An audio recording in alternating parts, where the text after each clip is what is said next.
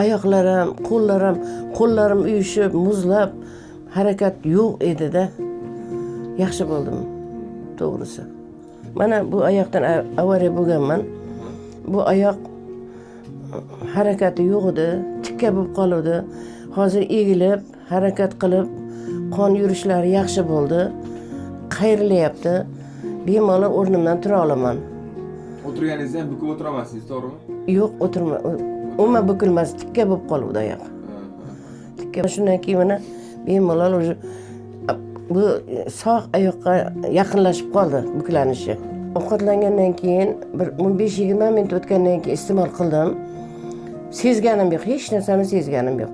Lekin shu maza qilib uxlashga harakat qildim, uxlab qoldim. Shu tomonlari yaxshi ekan. Bosh og'rig'i? Yo'q, boshim og'rigan.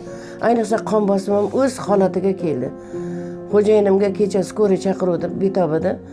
O'lchab qo'ydi, normada. Mana shu ichgandan buyon davleniyam chiqmaydi. Yaxshi. Endi bo'g'imning og'riganiga uyushib, tarqagancha qiynalar edim. Shunday qiynalar edim, hatto o'tirib yig'lagan kunlarim ham bo'ldi. Ko'p dori-darmon oldim. Bittasiga foydasi bo'lsa, bittasiga zarari bo'ldi.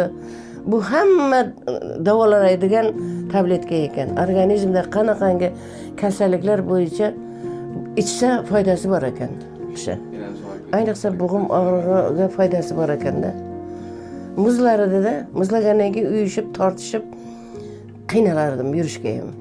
Juda foydasi katta ekan. Yaxshi. Rahmat. Sizlarga ham rahmat. Rahmat aynalar, rahmat. Bu mahsulotni oyoq og'rig'i, bo'g'inlari og'rishiga, oyoqlar uyushishiga, tiklanishiga foydasi katta ekan. Men tavsiya qilaman. Qo'l harakatlariga, tana harakatlariga, oyoq harakatlariga mana shu tabletkani yeyishni tavsiya qilaman. Juda foydasi katta.